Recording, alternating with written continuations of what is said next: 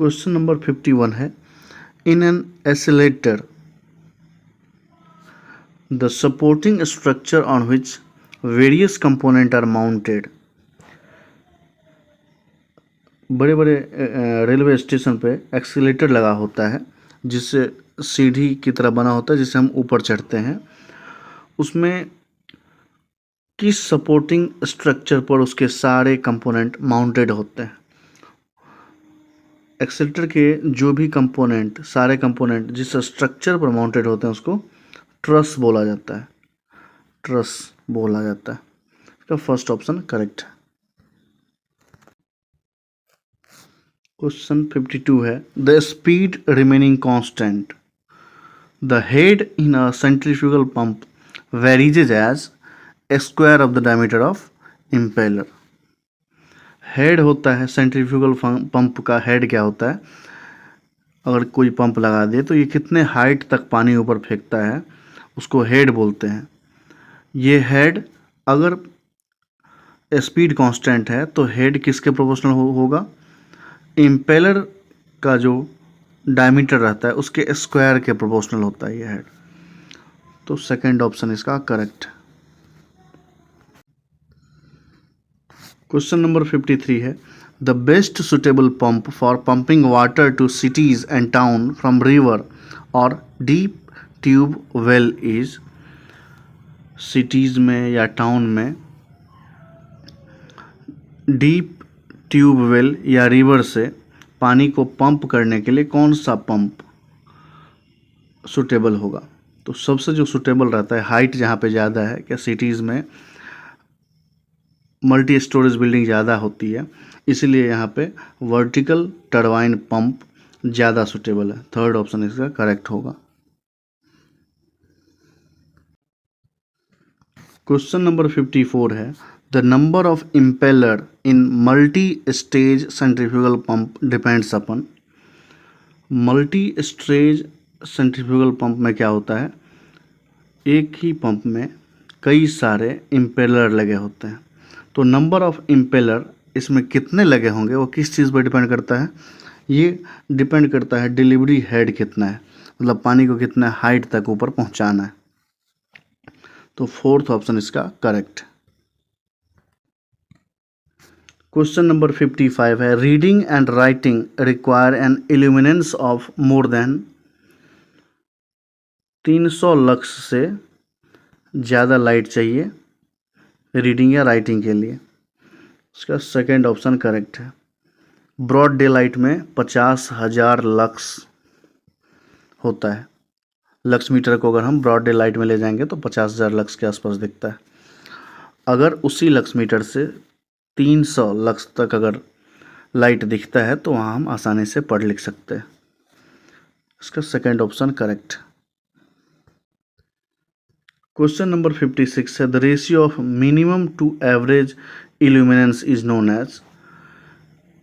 Minimum illuminance और average illuminance का जो रेशियो होता है उसको हम लोग बोलते हैं यूनिफॉर्मिटी रेशियो। ठीक है, इसका फर्स्ट ऑप्शन करेक्ट है। यूनिफॉर्मिटी रेशियो क्या होता है? मिनिमम इल्यूमिनेंस और एवरेज इल्यूमिनेंस के रेशियो को यूनिफॉर्मिटी रेशियो बोलते हैं। ये यूनिफॉर्म लक्स इतना ही होगा पूरे सरफेस पे, जिस सरफेस पे हम मेजर करने जा रहे हैं। ये इंपॉर्टेंट पैरामीटर है लाइटनिंग के लिए। क्वेश्चन नंबर 57 है, as per CEA regulation 2010 for overhead lines up to 650 volt erected along any street the minimum clearance of lowest conductor above ground shall be. किसी भी गली में हम लोग देखते हैं कि एक खंभा होता है, दो खंभे के बीच में बिजली के वायर टंगे होते हैं। इसकी हाइट कितनी होगी अगर ये 650 वोल्ट कैरी करता है? तो इसकी हाइट जो होती है 650 वोल्ट तक के लिए ये होगा 5.5 मीटर। 5.5 मीटर के हाइट फिक्स किया गया, कम से कम इतना हाइट चाहिए। ठीक है, इसका फर्स्ट ऑप्शन करेक्ट होगा 5.5 मीटर।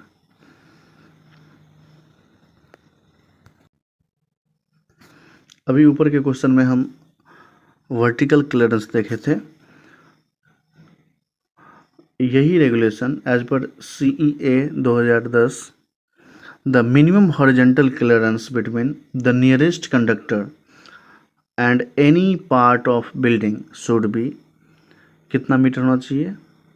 650 वोल्ट, और अप टू 11 kV तक के लिए जो हॉरिजेंटल क्लियरेंस है ये होता है 1.2 मीटर। क्योंकि हम लोग जानते हैं 25 kVA के लिए 25 kV के लिए 2 मीटर का क्लियरेंस चाहिए। यहाँ अप टू 11 kV है तो 1.2 मीटर सफिशिएंट क्लियरेंस है सेफ्टी के लिए।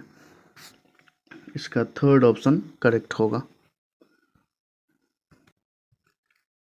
क्वेश्चन नंबर 59 है, the maximum temperature of conductor must not exceed ...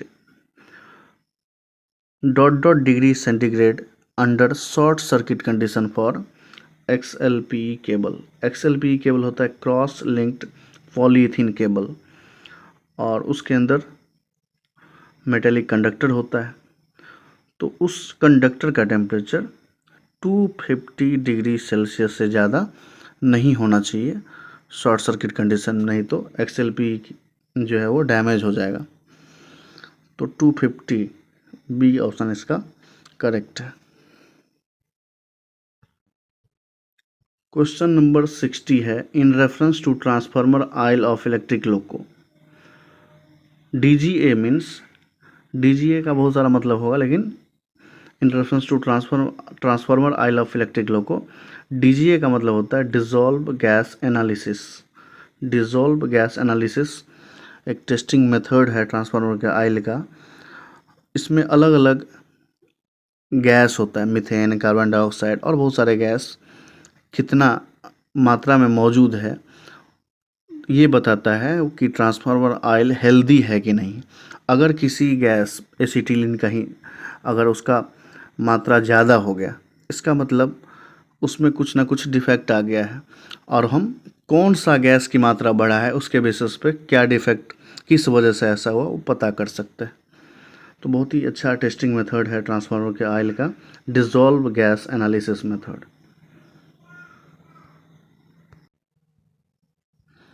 question number 61 है, how many joules are equal to 1 kilowatt hour. 1 kilowatt hour, ऐसे आंसर इसका होगा थर्ड, 3.6 इंटू 10⁻⁶। लेकिन कैसे कैलकुलेट करते हैं? वाट SI यूनिट है और आवर SI यूनिट नहीं है, सेकंड SI यूनिट है। तो इसमें हम क्या करेंगे, आवर को सेकंड में चेंज करेंगे।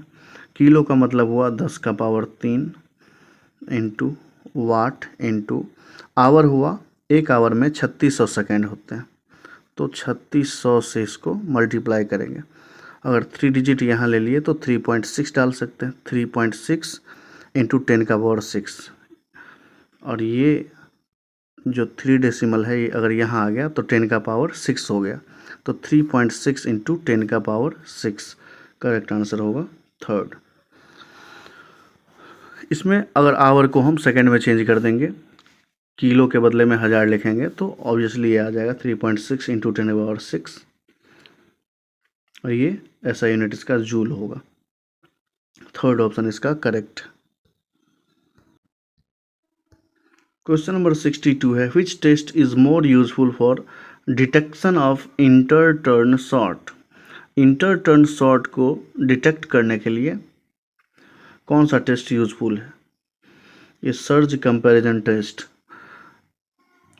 मोटर्स के स्टेटर का किया जाता है।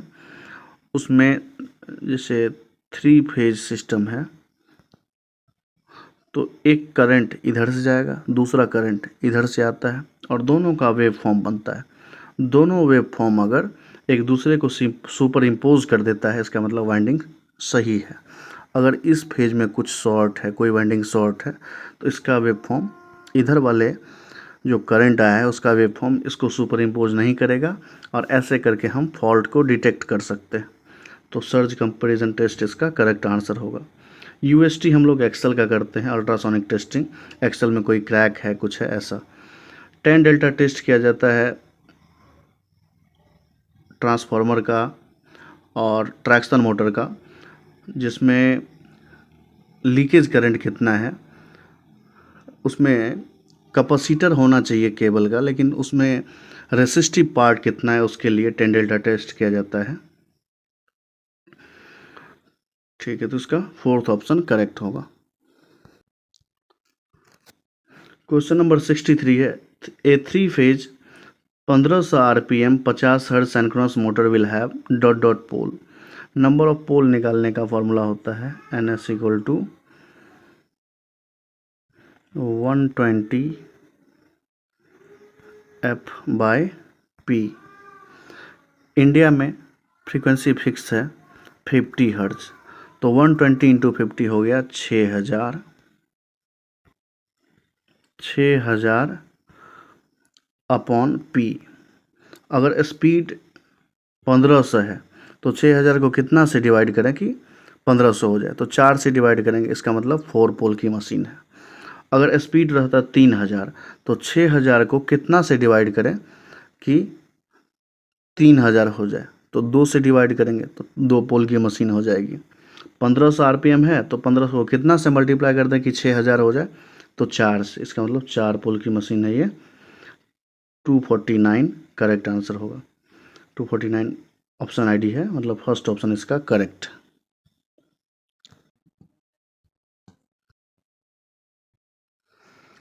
क्वेश्चन नंबर 65 है, the inductance of power transmission line increases with. Power transmission line के इंडक्टेंस का फॉर्मूला होता है L इक्वल टू 4 इंटू 10 का power -7 ln d by D dash. यहाँ पे इंडक्टेंस डायरेक्टली प्रोपोर्शनल है d के। d होता है अलग अलग फेजेस के बीच का डिस्टेंस, तो जैसे जैसे फेज के बीच का डिस्टेंस बढ़ेगा तो लाइन इंडक्टेंस का वैल्यू बढ़ेगा।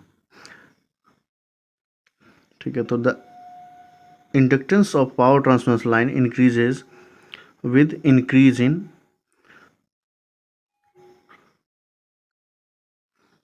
ये दोनों तो नहीं होगा,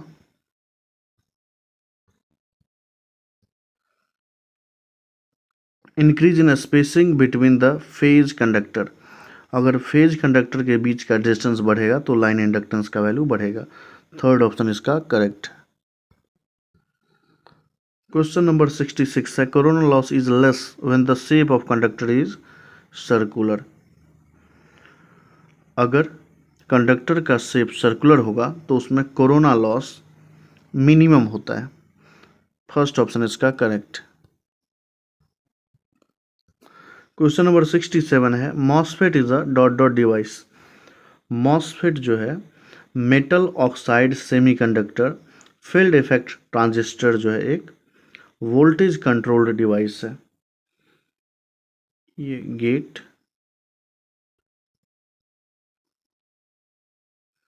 इधर ड्रेन और इधर सोर्स होता है। इसके बीच में डायरेक्ट कनेक्शन नहीं होता है, इसीलिए यहाँ पे जब वोल्टेज अप्लाई करते हैं तब ये ट्रांजिस्टर ऑपरेट होता है। ये वोल्टेज कंट्रोल्ड डिवाइस है।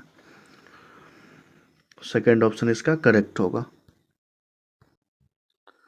क्वेश्चन नंबर 68 है, इन अ DC generator the number of mechanical degree and electrical degree will be same when. Electrical degree और मैकेनिकल डिग्री में एक रिलेशन है। इलेक्ट्रिकल डिग्री इक्वल टू होता है P/2 मैकेनिकल डिग्री। तो electrical degree mechanical degree के बराबर कब होगा, जब P का वैल्यू 2 हो जाएगा, जिससे ये 2 और ये 2 कट जाएगा, इलेक्ट्रिकल डिग्री मैकेनिकल डिग्री के बराबर हो जाएगा। तो इसका करेक्ट आंसर होगा जब पोल का नंबर हो जाएगा 2, नंबर ऑफ पोल आर 2। ठीक है, जो इलेक्ट्रिकल वाले होंगे उनको पता चला होगा। ये फॉर्मूला वैसे याद रखना चाहिए कि electrical degree equal to P/2 mechanical degree. Question number 69 है the mobility of electron in a metal is expressed in unit of. Mobility of electron जो होता है वो होता है drift velocity per unit electric field. तो ड्रिफ्ट वेलोसिटी का unit जो होगा वो मीटर पर सेकेंड है और इलेक्ट्रिक फील्ड का वोल्ट पर मीटर है। तो ये मीटर ऊपर जाएगा, हो जाएगा metre square volt second. Metre square volt second इसका करेक्ट आंसर हुआ। सेकेंड ऑप्शन सही है कि mobility of electron in a material is expressed in unit of metre square upon volt second. Question number 70 है the dielectric strength of impregnated paper is about. Impregnated paper का dielectric strength 30 kV per mm होता है। रटने वाला question है, एक बार पढ़ लो तो याद रहता है कि dielectric strength of impregnated paper जो कि इंसुलेटर के लिए काफ़ी हद तक यूज़ किया जाता है, इसका dielectric strength 30 kV per mm है। इसका थर्ड ऑप्शन करेक्ट है। क्वेश्चन नंबर 71 है how many bits are needed to store decimal digit of 0 to 9 in BCD। 0 to 9 मतलब ये 7 से आगे हो गया तो 15 तक 4 डिजिट चाहिए। जैसे 9 को लिखना होगा बाइनरी डेसिमल कोड में, तो 9 को लिखते हैं हम लोग कैसे 1001। इसका वैल्यू 1 हुआ, इसका वैल्यू 2 का पावर 1, 2 का पावर 2, 2 का पावर 3, तो ये 8 + 1 9 देता है। तो 4 डिजिट चाहिए 9 तक को लिखने के लिए 1001। तो इसका 4 डिजिट इसका करेक्ट आंसर होगा। सेकंड ऑप्शन करेक्ट है।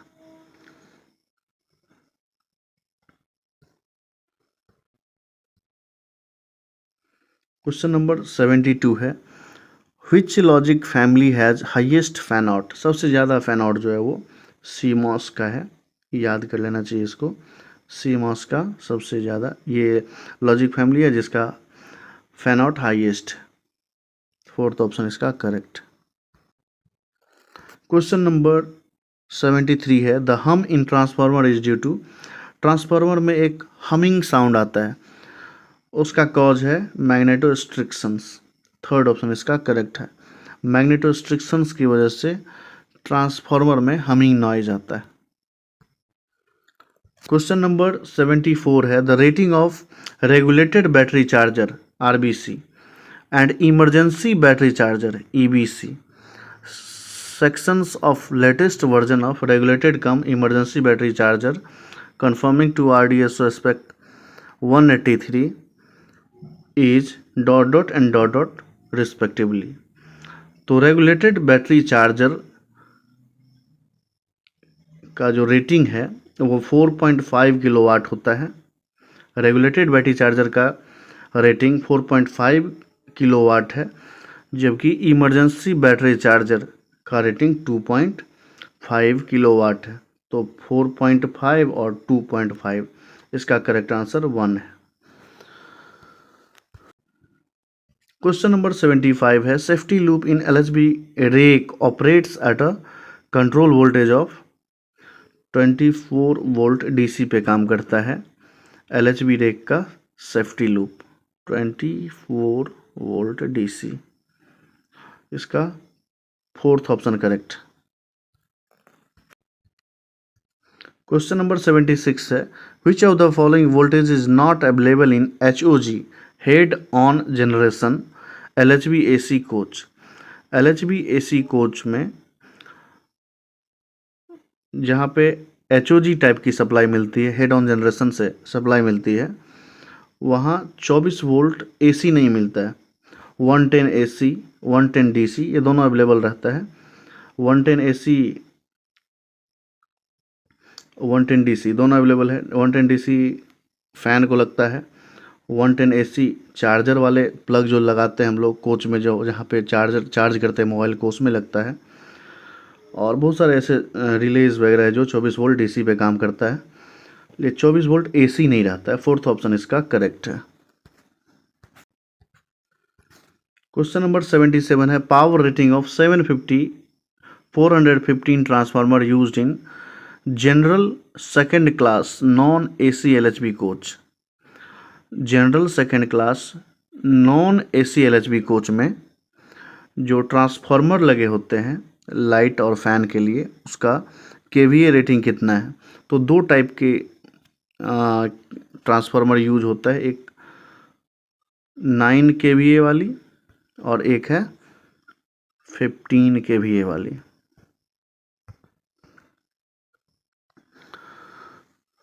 ठीक है, तो जनरल सेकंड क्लास के लिए पूछा तो 9 केवीए वाली ट्रांसफार्मर हम लोग यूज करते हैं।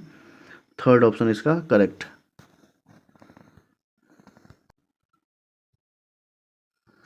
क्वेश्चन नंबर 78 है dehumidification function of LHV RMPU gets actuated once relative humidity RH inside the coach exceeds 60%।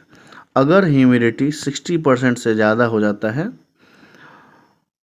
तो डीह्यूमिडिफिकेशन फंक्शन जो है वो एक्चुएट हो जाता है, और 60% से ज़्यादा ह्यूमिडिटी बढ़ नहीं पाता है।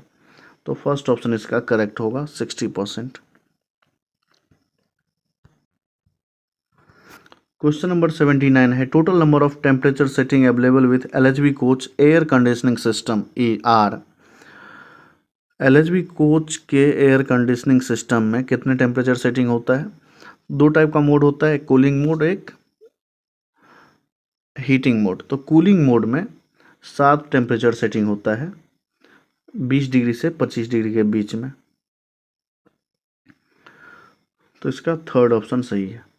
अगर हीटिंग मोड में रहता है तो उसमें 17 से 21 टेम्परेचर सेटिंग रहता है।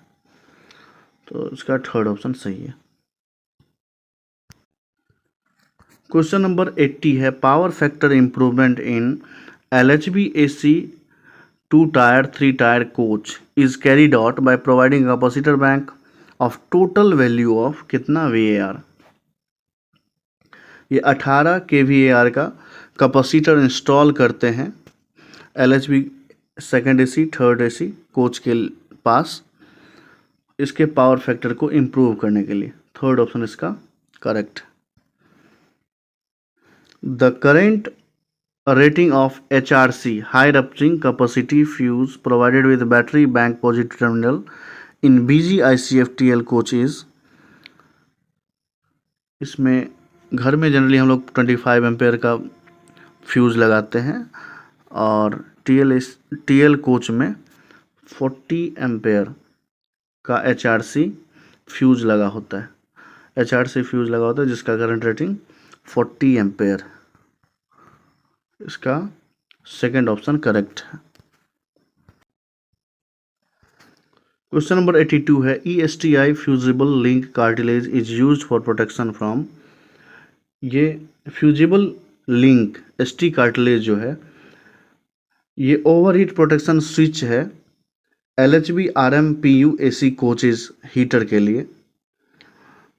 तो एक्सेसिव टेम्परेचर इन हीटर, इसके प्रोटेक्शन के लिए ST fusible link cartilage use किया जाता है। फर्स्ट ऑप्शन इसका करेक्ट है। क्वेश्चन नंबर 83 है in terms of MOM of central railway board video conference dated 13/6/19 engine room of power car has to be provided with dot number of fire suppression balls. इसमें conference में बताया गया कि 8 number of fire suppression ball आप use कीजिए। इसका fourth option correct है। Question number 84 है which of the following statement is not true about hotel load converter. Hotel load converter क्या करता है? पैसेंजर लोकोमोटिव में AC को चलाने के लिए हेड ऑन जनरेशन के लिए होटल लोड कन्वर्टर लगा होता है। इसमें AC कोचेज खुद एनर्जी नहीं बना के खुद अपने आप को नहीं फीड करके कहीं और से बाहर से होटल से लोड को फीड करता है। इसके लिए इसका आउटपुट जो है वो 750 वोल्ट 3 फेज 50 हर्ज सही है। It operate at maximum input power factor of 0.8, ये सही नहीं है। Its power rating is 500 kVA का होटल लोड होता है, ये भी सही है। It is provided with LC filter to mitigate harmonic in output, ये सही है क्योंकि पावर इलेक्ट्रॉनिक डिवाइस होने की वजह से इसमें हार्मोनिक काफ़ी ज़्यादा जनरेट होता है और हार्मोनिक को मिटिगेट करने के लिए LC फिल्टर लगा होता है। तो 0.8 पावर फैक्टर पे ही ये ऑपरेट होगा, ये स्टेटमेंट गलत है। तो गलत कौन सा सेकंड स्टेटमेंट इसका गलत हो गया। क्वेश्चन नंबर 85 है, for 4.5 kilowatt TL coach alternator belt testing device assembly, minimum clearance between fixing nut sleeve and bogie support bracket must be maintained at 50 mm maintain रखना चाहिए। इसका सेकेंड ऑप्शन करेक्ट है।